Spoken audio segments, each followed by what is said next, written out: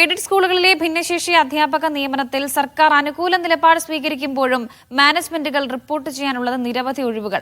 സംസ്ഥാനത്തെ 1329 മാനേജ്മെന്റുകൾ മാത്രമാണ് ഭിന്നശേഷി ഒഴിവുകൾ റിപ്പോർട്ട് ചെയ്തിട്ടുള്ളത്. സംസ്ഥാനത്തെ 4999 മാനേജ്മെന്റുകളിൽ 3670 മാനേജ്മെന്റുകൾ ഇതുവരെയും ഒഴിവുകൾ റിപ്പോർട്ട് ചെയ്തിട്ടില്ലെന്നാണ് വിദ്യാഭ്യാസ വകുപ്പിന്റെ കണക്ക്. 5129 ഒഴിവുകൾ ഇനിയും റിപ്പോർട്ട് ചെയ്യാനുണ്ട്. സംസ്ഥാനത്തെ എയ്ഡഡ് സ്കൂളുകളിൽ 1503 ഭിന്നശേഷി വിഭാഗക്കാർക്കാണ് ഇതുവരെയും നിയമനം നൽകിയിട്ടുള്ളത്. അതേസമയം ഭിന്നശേഷി നിയമനത്തിനു വേണ്ടി രൂപീകരിച്ച സമിതിയിൽ ഓരോ ജില്ലയിൽ നിന്നും ഇതുവരെയും 1332 ഒഴിവുകളാണ് റിപ്പോർട്ട് ചെയ്തിട്ടുള്ളത്. മാനേജ്മെന്റുകൾക്ക് അനുകൂലമായ നിലപാട് സംസ്ഥാന സർക്കാർ സ്വീകരിച്ചിരിക്കെ ഒഴിവുകൾ റിപ്പോർട്ട് ചെയ്യുന്നില്ലെങ്കിൽ കർശന നടപടി സ്വീകരിക്കാനാണ് വിദ്യാഭ്യാസ വകുപ്പിന്റെ തീരുമാനം. NSS കേസിലെ വിധി മറ്റ് മാനേജ്മെന്റുകൾക്ക് ബാധകമല്ലെന്ന നിലപാട് ഇന്നലെയാണ് സർക്കാർ തിരുത്തിയത്.